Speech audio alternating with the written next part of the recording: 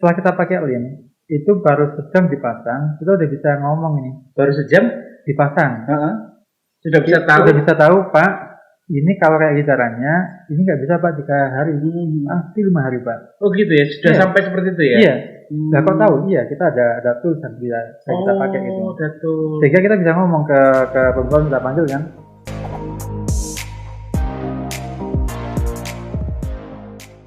Halo, assalamualaikum. Ketemu lagi di channel Solusi Bis Granada. Hari ini kita akan membahas hal-hal yang lumayan agak dalam kalau kita bicara tentang bagaimana sebuah perusahaan itu dijalankan.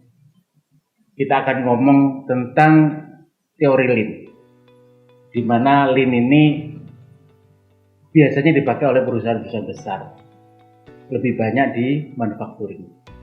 Kemudian bagaimana sih penerapannya di bidang properti? Apakah bisa Lean ini diterapkan di bidang properti? Hari ini kita ada tamu, tepatnya adalah direktur sekaligus owner dari Granada Property, dengan Bapak Tony Wibowo. Selamat siang Pak Tony. Ya, Pak Afif. Ya, gimana kabarnya? Alhamdulillah sehat. Ya, Pak Tony ini sudah sekian tahun ya, berbisnis di dunia properti, kemudian 5 tahun ya. 5 tahun, kemudian juga melakukan atau meng-hire coach untuk membenahi bisnisnya. Biasanya kan kalau yang memakai jasa konsultan atau coach itu adalah perusahaan-perusahaan yang memang skalanya sudah besar. Nah, kita ingin tahu sih lebih jauh bagaimana yang selama ini, terutama yang tema kita bahas di awal tadi tentang Lean, bagaimana penerapannya di dunia properti. Oke Pak Tony, sebagai kita ketahui bahwa Lean ini biasa diterapkan di manufacturing. Di dunia properti sendiri penerapannya seperti apa Pak? Oke, jadi gini, memang kalau kita bicara Lean Management itu adalah satu produk dari Toyota. Itu disebut TPS, Toyota Production System. Jadi dia Toyota punya, yang kemudian banyak dipakai juga di industri lain seperti perbankan, kemudian rumah sakit, F&B, perhotelan, terus properti dan lain-lain. Jadi banyak perusahaan yang non manufacturing juga pakai Lean Management dan tanda proven sangat bisa membantu bagaimana kemudian perusahaan itu bisa melakukan efisiensi dengan sangat signifikan, kemudian peningkatan produktivitas tim juga luar biasa gitu.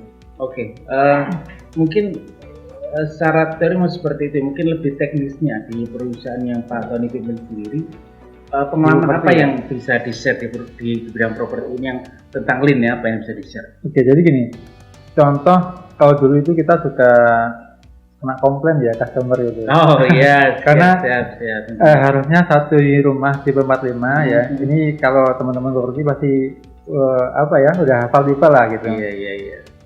Satu tipe 45 itu harusnya cukup selesai dibangun dalam waktu 3 bulan. Nah, dulu kita pakai Lean itu kita suka kalau udah 3 bulan tapi belum selesai gitu. Bahkan ada yang 7 bulan. Parah nggak? Wah, sangat parah itu. Kayaknya bangun 5 dikomplain 7 kayaknya. Bukan lagi 5 ya, itu 5 ya. Itu karena komen 2 kali ya. Nah, setelah kita pakai Lean, semua pekerjaan mulai awal kita beri fondasi sampai atap sampai finishing itu kita breakdown per jam. Contohnya lah, gampangnya ya. Kalau kita pasang keramik, taruhlah butuh waktu 3 hari. Nah,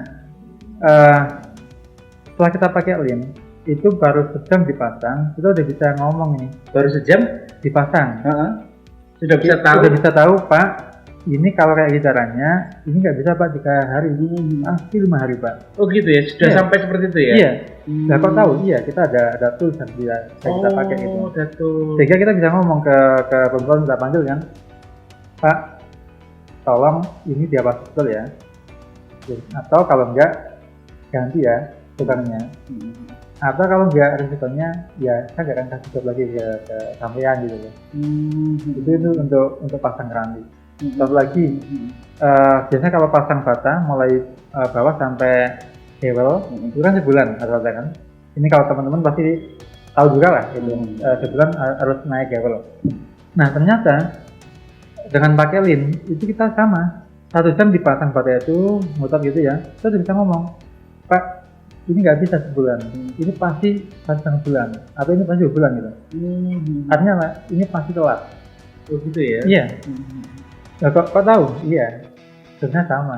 Oh gitu. Itu pakai tools yang sama itu sudah ada sebelumnya atau beli di luar negeri atau bagaimana? Itu hasil kita coaching tadi. Oh hasil coaching. Dan luar biasanya kalau kita misalkan dari yang 3 bulan menjadi 2 bulan itu kan gradual ya, itu pasti ganti spek. Misalkan dari bata pakai precast, ya wajar lah kalau kemudian lebih cepat selesai kan. Terus mungkin ada support teknologi yang mahal gitu. Ini enggak, betul-betul ya pakai manusia yang itu gitu ya. Yang borong ya Pak itu juga. Speknya ya itu juga. Kita nggak ngasih spek, kita nggak ngasih tim, kita hanya rubah caranya. Kita pakai support tool yang itu, tool lin itu. Oke, jadi bisa teman-teman semua ketahui ternyata tools yang tadi diomongkan Pak Tony, saya kira itu beli di luar negeri atau ya berbayar mahal lah. Tahu-taunya ternyata itu hasil dari beliaunya coaching selama 2 tahun. Dan pakai lin, penerapan lin ternyata dahsyat ya. Jadi metode lin itu diterapkan, kemudian muncullah tools sehingga mampu mengukur waktunya sehingga on time, sehingga bisa on time. Gitu ya. Luar biasa. Mungkin kalau itu kan di project Pak Tony. Kalau kita bicara di staffnya nih, staff mungkin keuangan atau apa, mungkin ada cerita ya di back office. Oke, memang namanya lin itu kan ujung-ujung ya, semua aspek bisa dibantu pakai lin. Contoh ini yang kita terapkan di back office. Di Canada itu ada 3 admin. Admin. Ya, satunya core-nya adalah dia pegang untuk KPR. Jadi support marketing lah gitu. Pas ada booking, dia handle semuanya. Gitu. Berarti menjadi jembatan antara marketing yang handle customer ke bank gitu ya. Betul. Terus yang satu admin project. Jadi bikin SPK ke memborong, kemudian paymentnya sebenarnya dia yang bagian. Perjanjian juga gitu. Sama legal dia. Legal. Oh, yang kedua ini yang handle project sama legal. Iya. Yang ketiga ini accounting and finance. Accounting finance. Iya. Jadi itu job utamanya ada 3 itu. Kemudian gini, beberapa kali kalau ada sesuatu yang nggak masuk, misalkan A, B, C gitu ya. Yang staff KPR itu dia lagi sakit itu, sehingga dia nggak masuk kan. Padahal hari ini itu harusnya ada satu kerjaan yang harus dia selesaikan hari itu juga. Kenapa kita ngejar penjara lah biasa ya kan? Tapi dia sakit. Wah itu bisa kiamat itu ya. Belumnya. Gak dapat pencairan. Belumnya kita tunggu sampai dia sembuh. Oh gitu. Ya Allah, semoga baik sembuh gitu.